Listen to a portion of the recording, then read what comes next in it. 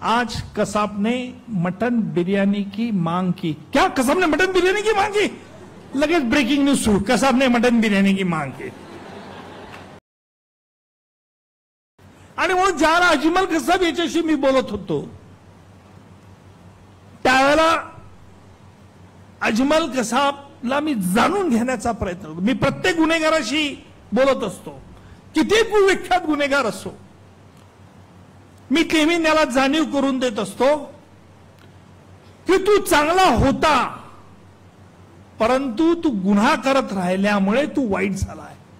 पण त्याच्यात गुन्हेगारामधला चांगला गुण कुठला हा आपण शोधून काढायचा असतो। म्हणून एखादा तुमचा मित्र जर वाईट संगतीचा लागला असेल तर त्याला देखील तुम्हाला ताळ्यावरती आणता येतं, नाही असं नाही, आणि ही मित्र म्हणून तुमची देखील जबाबदारी असते।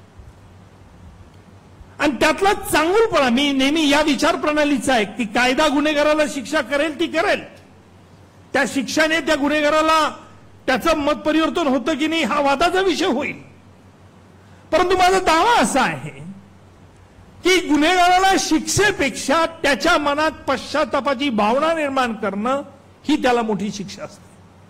आणि म्हणून ही पश्चातापाची भावना मी गुन्हेगारामध्ये निर्माण करत असतो की तू चांगला होता, परंतु तू गेलेल्या गुन्ह्यामुळे तुला ही शिक्षा होत आहे। आणि ज्याला अजमल कसाब हा ज्याला मला नेहमी बादशाह म्हणायचा, मी नेहमी त्याशी बोलत असायचो। आणि एके दिवशी मी ज्यावेळेला सोमवारी मुंबईच्या ऑर्थोड रोड न्यायालयात हा खटला चालू होता, ऑर्थोड न्यायालयामध्ये ऑर्थोड रोड जेलमध्ये हा तुरुंगात खटला चालू होता। तुरुंगाच्या बाहेर 25-30 ओबी व्हॅन लाईव्ह टेलिकास्ट करत होते। आमचं कोर्ट हे एवढं लांब लचक होतं, जवळजवळ 150-200 पत्रकार परदेशातले भारतातले सगळे उपस्थित होते। वकील वर्ग 8-10 वकील हजर असायचे, कसाबचे वकील आणि सरकारतर्फे मी, कसाबच्या बचावाकरता 2 वकील। आणि ज्यावेळेला मी सोमवारी कोर्टात आलो त्यावेळेला उजव्या हाताला माझी राखी बांधलेली होती। कसाबने मला विचारलं की बादशाह ये क्या है, कारण अजमल कसाब आणि त्याचे 9 अतिरेकी ज्यावेळेला मुंबईवर हल्ला करायला आले होते तर त्यांच्या उजव्या हातात देखील मनगटावरती लाल धागे बांधलेले होते। मी विचारलं की कसाबला, क्यों बे जब तुम आए बंबई में तो तुम्हारे हाथ पे भी था लाल धागा? तो त्याने सांगितलं की लो लखवी साहब ने बांधा था, Zakiur Rahman Lakhvi, mastermind of terror attack of 26 November. मग मी त्याला सांगितलं की याला म्हणतात राखी, या राखीचं महत्व काय, बहीण भावाला का बांधत असते, आणि भावाला बांधल्यानंतर भाऊ कसं तिचं रक्षणाची जबाबदारी घेत असतो, हे सांगत असताना न्यायाधीश तेवढ्या डायसवरती आले। न्यायाधीश आल्यानंतर न्यायाधीशांनी मला विचारलं की काय म्हणत होता कसाब।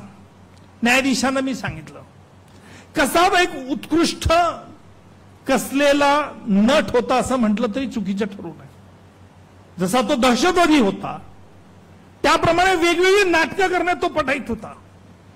ज्या मी न्यायाधीशांना हे सांगत होतो की मी कसाबला काय सांगितलं, त्यावेळेला कसाबने मान खाली घातली, दोन्ही डोळ्यांची बोटं डोळ्याजवळ नेली आणि डोळे पुसू लागला। रडण्याचं तो ढोंग करत होता, म्हणजे नुसता डोळे पुसत होता, एकही डोळ्यातून अश्रू त्याच्या गळत नव्हते। हे बघितल्याबरोबर कसाबची ही ऍक्शन पाहिल्यावरती इलेक्ट्रॉनिक चॅनलच्या पत्रकार मुली ताबडतोब न्यायालयाबाहेर धावल्या आणि त्यांनी ब्रेकिंग न्यूज दिली, कसाब के आंखों में पाणी। म्हणजे आता कसाबला रडू आलं नव्हतं, पण नुसतं कसाबने डोळ्याजवळ बोटं नेऊन डोळे बोटं चोळल्याबरोबर त्यांना असं वाटलं कसाब रडायला लागला। लगेच चॅनल पॅनल आपण बघितलं असेल ते डिस्कशन सुरू झालं। एक कसाब बेचारा लड़का है, हे पैनलिस्ट म्हणायला लागले, आज उसको बहन की याद आ गई, निकम जी ने सब्जेक्ट निकाला रक्षाबंधन का और उसे उसकी बहन की याद आ गई। दूसरा पैनलिस्ट म्हणतो इसका मतलब है कि कसाब का ब्रेन वॉशिंग किया गया है, असली गुन्हेगार तो पाकिस्तान में। हे अशा तऱ्हेची मुक्ताफळे सुरू झाली। मला 5 वाजता आमच्या इंटेलिजन्स ऑफिसरने येऊन सांगितलं की बाहेर असं इमोशनल वातावरण तयार झालंय। हे सांगितल्यानंतर 5-5:15 वाजता मी न्यायालयाच्या बाहेर गेलो आणि बाहेर गेल्यावरती असे 25-30 ओबी बूम्स पोडियम मध्ये ठेवलेले होते आपण बघितलं असेल त्यावेळेला 2008-9ला की दर दिवशी मी ब्रीफिंग करत असे मीडियाला. मी बाहेर आल्यावरती सगळ्या पत्रकारांनी गलका केला.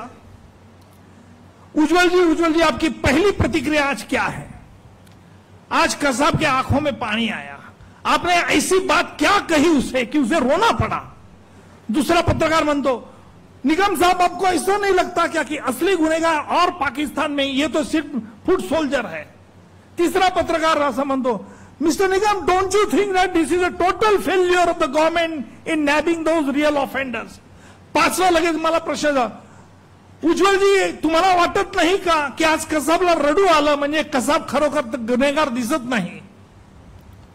हे सगळे प्रश्न जे ऐकल्यानंतर मी फक्त एकच शब्द उजवला, आज कसाब ने मटन बिरयानी की मांग की. क्या कसाब ने मटन बिरयानी की मांग की? लगेच ब्रेकिंग न्यूज सुरू, कसाब ने मटन बिरयानी की मांग की. मी फक्त सांगितलं कसाब ने मटन बिरयानी की मांग की. पुढे पुढे मीडियाने असं चालवलं की सरकार उसे मटन बिर्याणी दे रही है. आणि मग त्याच्यावर राजकारणी लोक म्हणायला लागले की सरकार उसे मटन बिर्याणी दे रही है, कसाब को मटन बिर्याणी दिलाय. अरे कुठली मटन बिर्याणी? आता कसाबने खरंच मटन बिर्याणी मागितली की नाही हे मला आणि कसाबलाच माहितीये. कसाब गेला ढगात, मी आहे इथे.